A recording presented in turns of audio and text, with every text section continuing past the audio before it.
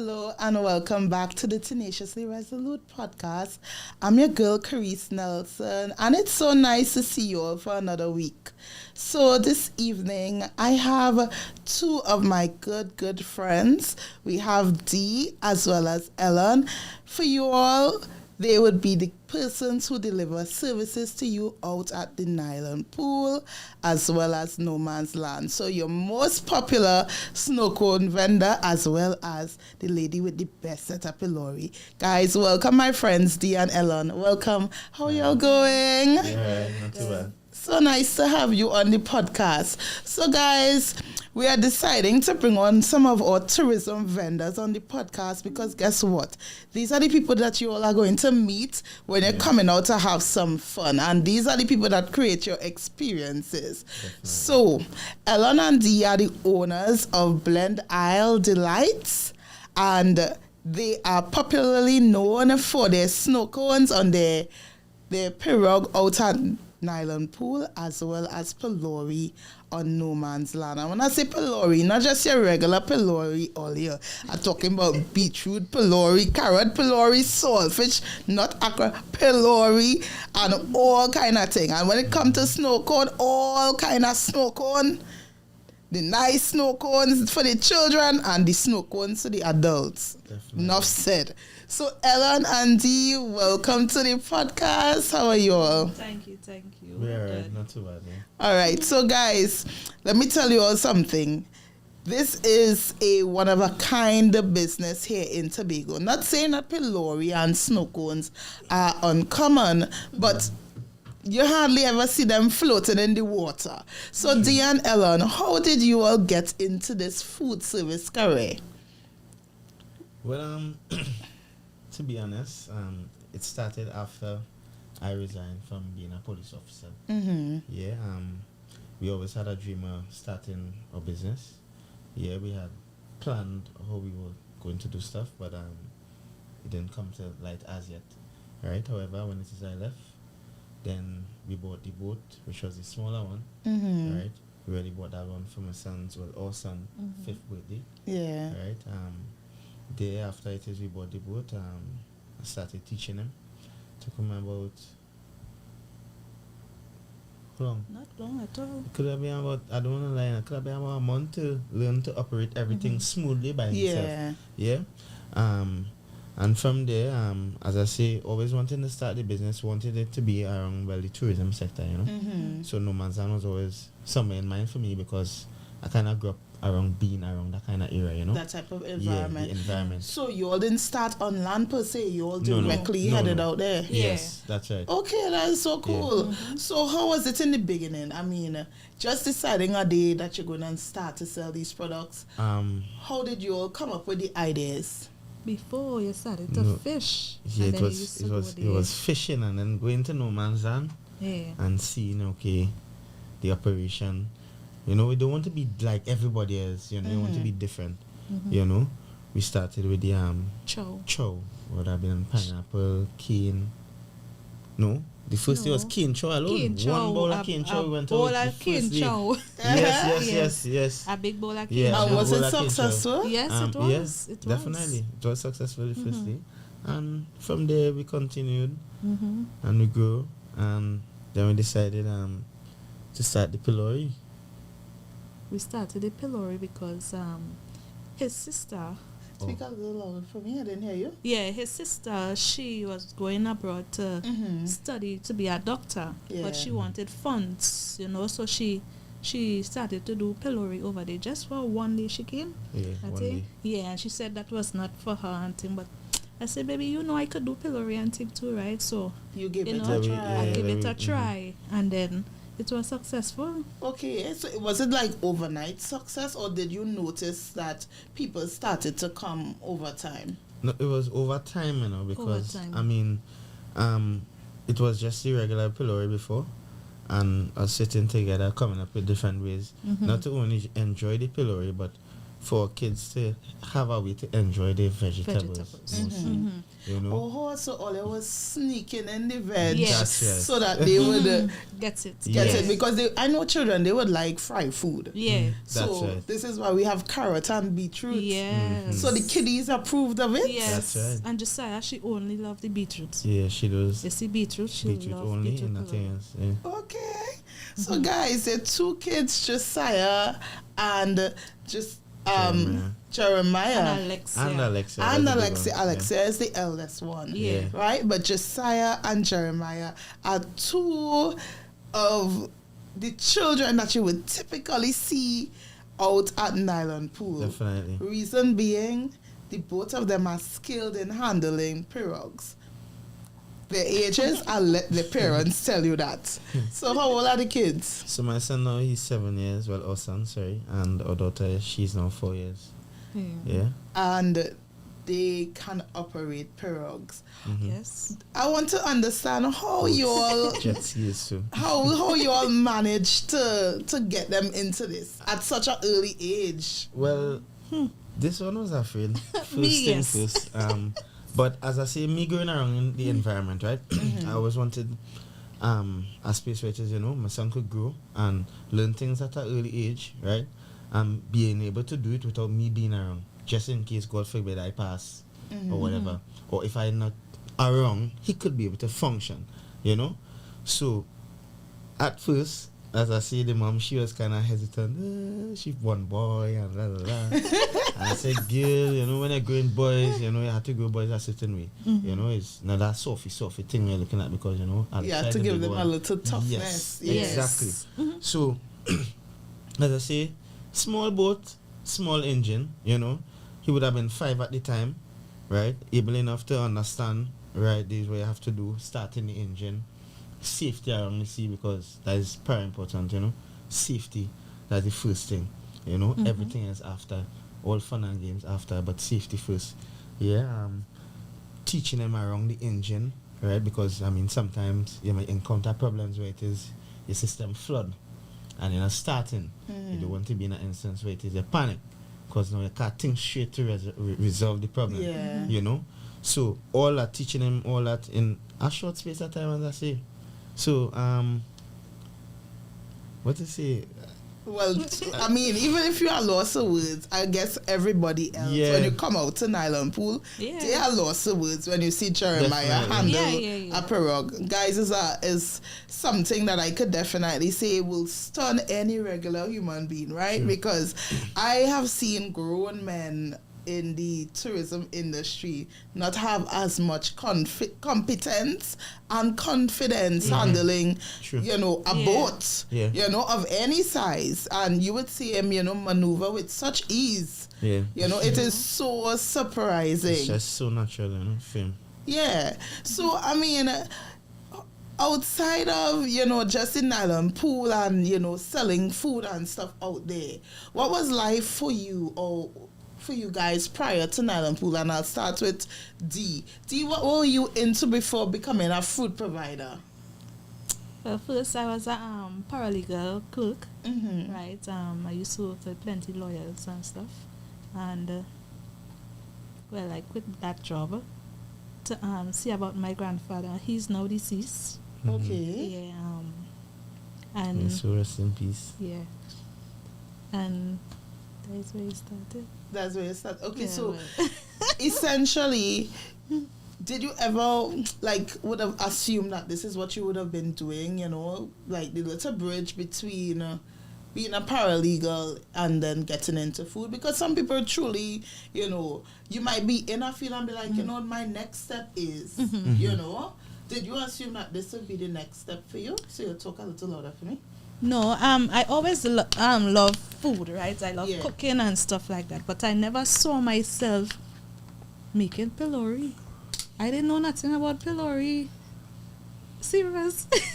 Yeah, I didn't know nothing about pillory. It's only when I was pregnant with Jeremiah, his mother used to make pillory for me. Yeah. Right? And I used to love it. That is only when I know about pillory. Because I'm not from Tobago.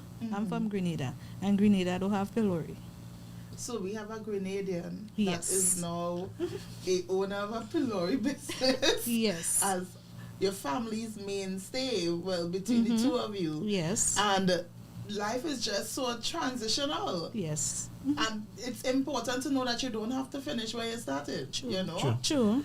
And do you see it as a viable business? I mean, you've been doing it for a little while now. How long have you been doing it? And do you see it as a viable source of income? Yes. 3 years now. It's 3. Mm-hmm. 3 years now. About 3 years. Yeah, about 3 years now doing that. So, and as compared to your former jobs, you all miss it? No.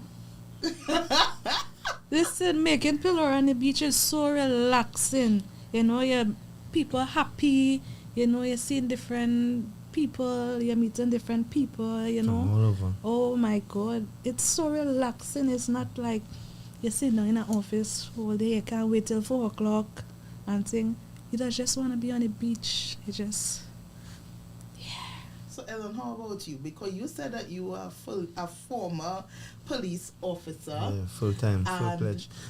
Regular police, yeah. And I know a lot of people will be like, a police, and now you're making snow cone. I mean, how was that transition for you? Man. And did you enjoy, you know, what about the service that made you be like, see me, I want something different? Well, to be honest, it was never really a career path for me, you know. It was just a Brethren see me in the morning and he said, hey, police doing screening. I said, I said, boy, me only fighting about that. He said, boy, come, let go now. I said, no, man. I went. I did the screening. I got through that part, did the exam. And everything has consecutively fall into place. And I went into training. I came out of training. The 11th senior person out of, I think it was 140 something in the batch, yeah. And was only 6 or 7 of us was from Tobago. Okay. Yeah. So I would have come up being the senior person in charge of all who came up from Trinidad. Yeah, but working over the years, I work in different sections, like being a cyclist, I work in task force for a period of time. Alright, I also work in the charge room. Where's that way? All over, yeah. all over, yeah. But for me, the time that I spent there, you know, what is I learned, it was nice. But at the same time, for me, it wasn't something that I wanted. You know, being in a space that people want to talk to you like your parents. Hey, go on a foot patrol, I think. But you really feel it is, you know, kind of weird. I don't feel to move now, and you know, you're on your off day and they're telling you have to come out to work, and you know, I find that here going on. That wasn't something I wanted. So what happened was I took my first vacation after being in a job. That's when I was working at Roxborough, right? 100 working days I took, and I went on vacation. And being on vacation, it was like, yeah, boy, being away, I just feel, you know, that spirit of lightness that, you know. So you felt like yourself for the first time in a long time. So it was like, yeah, boy. And then, you know, holidays come and finish. I went back out the first day to the main office because I just had to go to report off leave and stuff like that. And they sent me back to the same station. And I reach up there and I just couldn't come on my vehicle. And I call my wife and I say, hey, baby, I done with that and I come down the road. And that was it. Yeah? Yeah. After about a week, I would have found out the necessary information from former inspector I used to work with in the earlies. And he gave me relevant information, how it is I'm supposed to write to, you know, send me official resignation letter and stuff like that. And I did all of that, and that was that. All right. So how did you transition? Because you're now in a place that you're like, okay, I can't continue this style of job, right? How did you transition into, okay, let's try something new? And what exactly are we choosing? No, well, firstly, I always used to be around the sea, you know, so anything around the ocean, I could do, you know what I mean? Diving, spearfishing, wherever it is. You know, always around the sea. I grew up around it, water sports, surfing, you know, that kind of thing. So, with that, I always base what it is I really wanted to do around that kind of life. You know, that's why it is I had a train driving the boat at a young age and all that kind of thing. Yeah. So everything kind of came easy. It was easy, yeah, definitely. So I'm asking this because a lot of times people feel, you know, you had to stay in that one career path, the one that seems traditional. You all know how we parents is being doctor, lawyer, teacher, nurse, policeman, right? And you came from the legal fraternity, you are from the service fraternity, and you all were able to transition into your own businesses. What type of investment did it take from you? Nothing. Nothing. No, we just work and build and grow. Yeah. That's what we do. Work together. Us working together. All right. Very nice. So tell me a little bit about your business. How did you come up with the products that you have currently? Like, how did you come up with the different styles of snow cone, as well as how were you able to have your unique packaging for your pillory and your unique teams? Because you all are in an area that you all are almost a company of blended food produce or food products, right?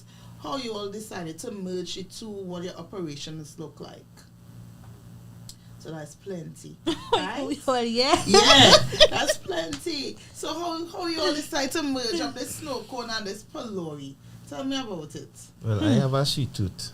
So oh Lord. I love snow cones or anything sweet, See my smile? Yeah. Sweet. So anyway, I love everything sweet. So as I say, with the pillory, having the pillory, you're catering for the adults, yes, and the children, but you also want to have something that could really attract the children, And I could remember being a child and going through the town or going to an event or passing somewhere and seeing the snow cone, man, seeing them different colors and stuff. Hey, mommy, I need a snow cone. Can I have a snow cone, please, And it's kind of the same thing now. So it's like for me, well, not for me, but for us, it was like, what should we do in terms of, gathering children, and snow cone was the next option. Easiest. So we started with pillory first. Pillory first, and we went into branch off into the snow cones. Yeah. Okay. And then we decided, well, all right, because everything was on the land. Yeah. And then we decided, why not take it to the water? To the people, Yeah. Yeah. And I mean, guys, even the pillory at one point in time. Yes. We just waiting on the boat to do some repairs and it's we'll be back in the water soon. So I mean, the thing about it is, customers like those little niche services, right? Yeah.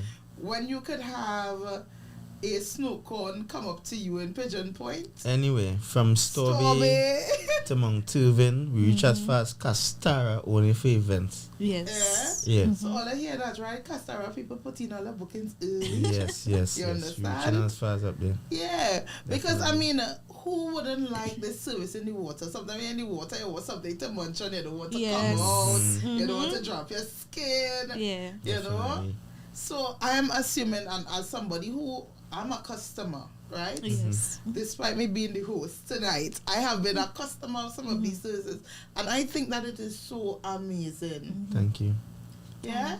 So they do a fantastic job. They do an excellent job, right? So at this point, I want to ask something, right? Because you all are career persons in this tourism field, but you all had a different life prior to that. Elone, how did you grow up?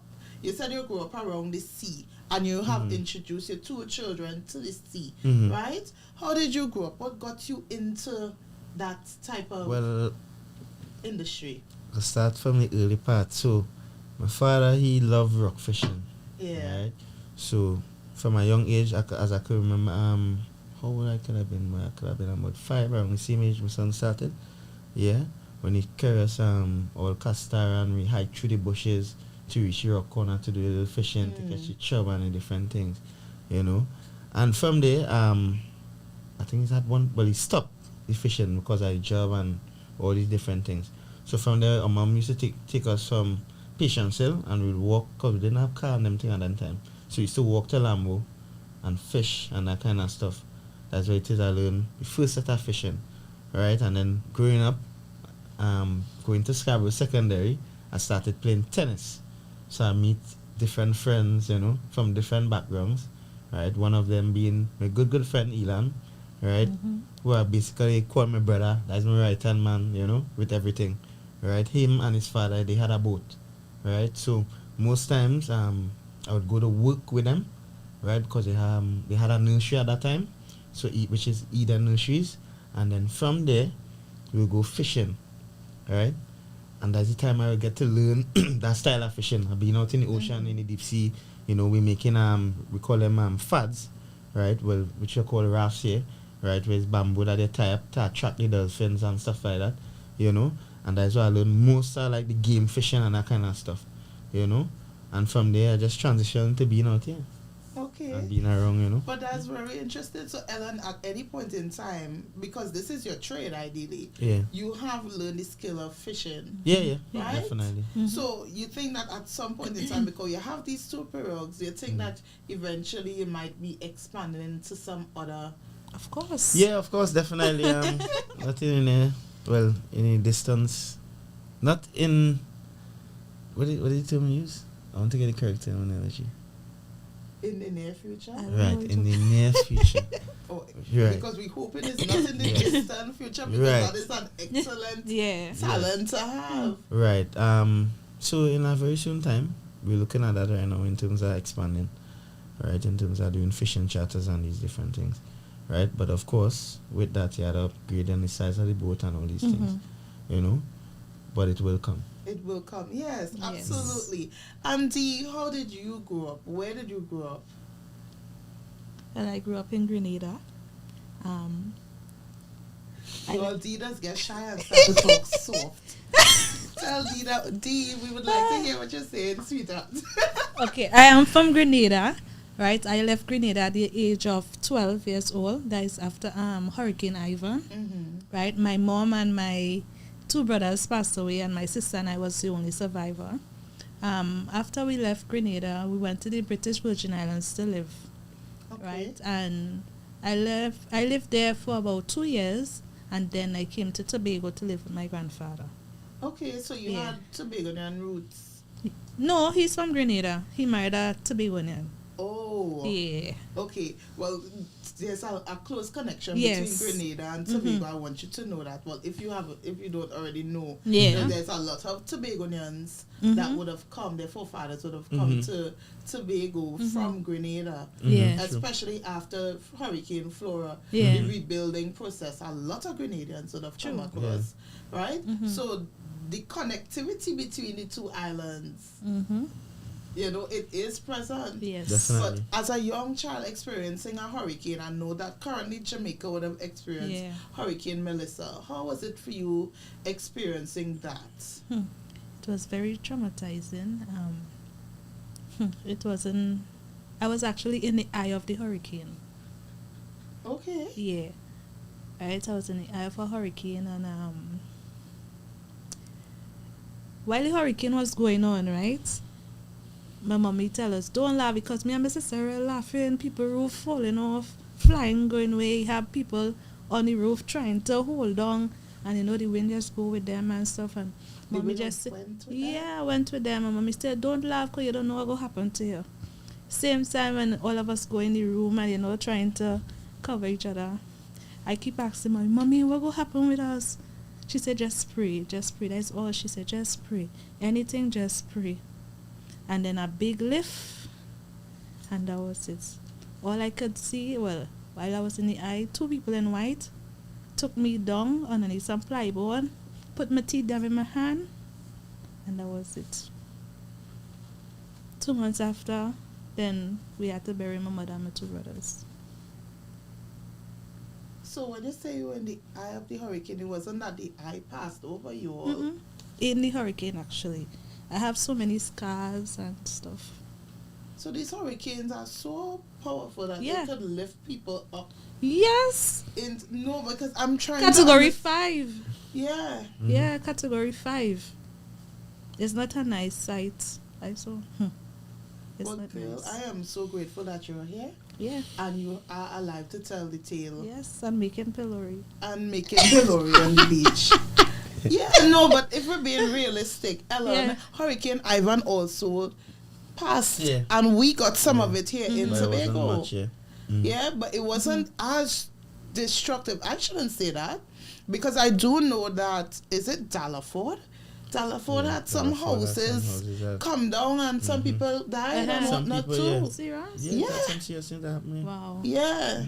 So because Tobago and Grenada is nearby, so close, we would have gotten, if we didn't get we got some of the lash on the windward side of the island. That was the side that got most lash. Yeah. But nonetheless, hurricanes are always difficult to live through. Yeah. And then it was the first, and I don't want to witness the next one. Girl, amen. Yeah. I mean, if God could spare us continually, that would be awesome. You know? But you and your sister, you all would have been able to leave the island. Yeah. My grandmother, well, they took my sister because we have different father, right? Her father applied for her visa, and my father, he came and he passed away a year after the hurricane. Okay. So my aunt had to adopt me, and it's all that. Yeah. It was and then you found your way to Tobago. Yes, to my grandfather. Ellen, boy, you're lucky. Yes. Yes.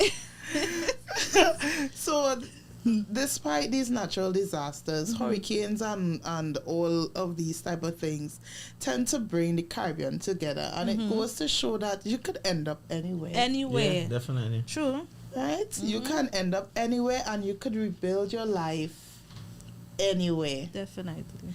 All right, so guys, you all learned so much about the owners of Blend Isles tonight.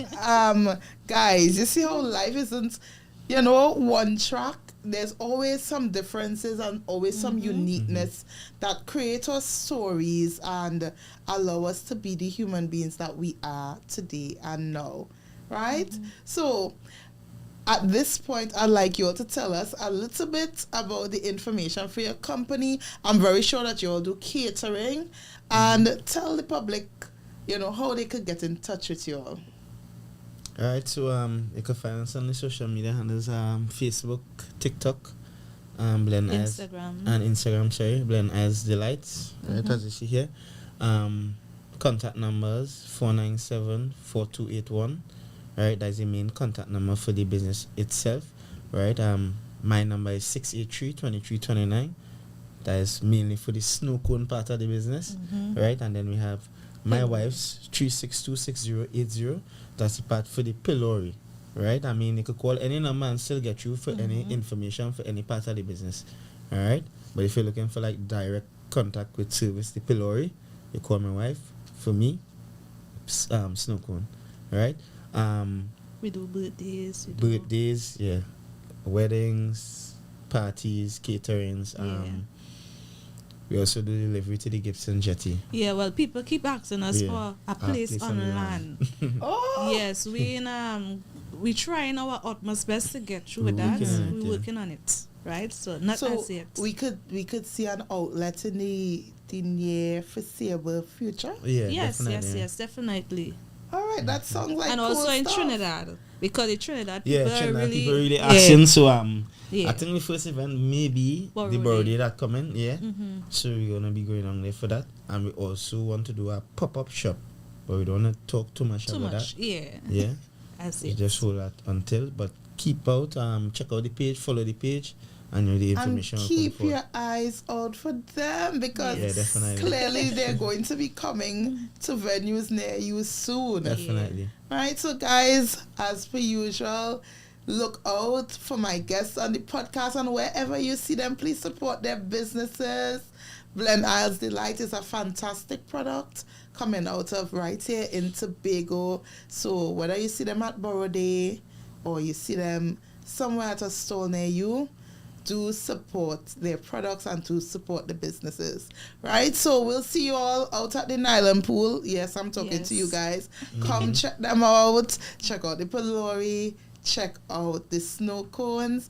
And I guess, you see, enjoyment. Everybody enjoying themselves. So that could be you, if you come out and check them, all right? So guys, that's it from us here at the podcast. Elone and Dee, thank you all for your time. And we had a great and informative podcast this week. Definitely. And I do hope for you all at home that you continue to stay tenaciously resolute in all that you do. Ensure to stand up for the things that you believe in and work really hard at it. And that's it from us here at the studio. And I'll see you guys next week. Bye-bye. Bye.